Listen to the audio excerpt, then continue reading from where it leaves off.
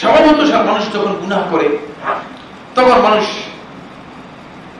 যদি সত্যিকার তার ঈমান অ্যাক্টিভ থাকে, তার ঈমান যদি অ্যাক্টিভ থাকে অন্তরের মধ্যে, তাহলে তাকে তার ঈমান দুটি কাজে তাকে কি করে সহযোগিতা করে। এই দুটি কাজে আপনার ঈমান আপনাকে সহযোগিতা করে। আর এই দুটি কাজে যদি আপনার ঈমান আপনাকে সহযোগিতা না করে, বুঝতে হবে আপনার ঈমান এখনো অ্যাক্টিভ নেই, ঈমান কেউ একজন ইনঅ্যাক্টিভ হয়ে গিয়েছে। আপনার ঈমানকে অ্যাক্টিভেট করার জন্য আপনাকে চেষ্টা করতে হবে।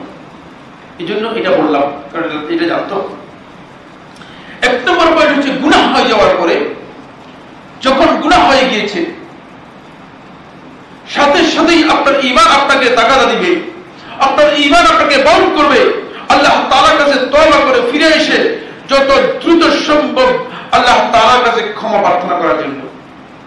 যদি আল্লাহ তাআলার কাছে ক্ষমা প্রার্থনা করার জন্য আপনার ঈমান আপনাকে বাউন্ড করে বাধ্য করে, তাহলে বুঝবেন যে আপনার ঈমান অন্তরের মধ্যে এখন অ্যাক্টিভেট আছে। এক নম্বর পয়েন্ট বুঝতে পারলাম। যদি এই অপরাধ করার পরে, গুনাহ করার পরে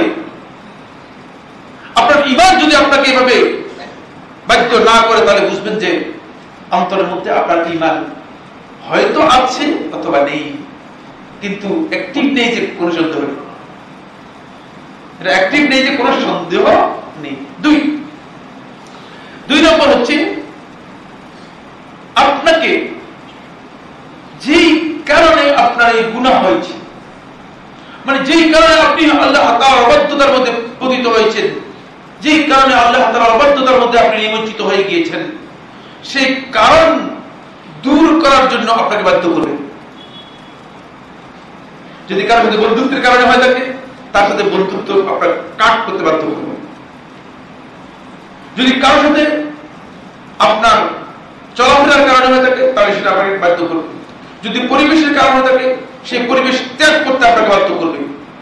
যদি আর অন্য কোনো কারণে হয়ে থাকে, তাহলে আপনাকে সেটা অবশ্যই বাধ্য করবে সেই পরিবেশ ত্যাগ করার জন্য।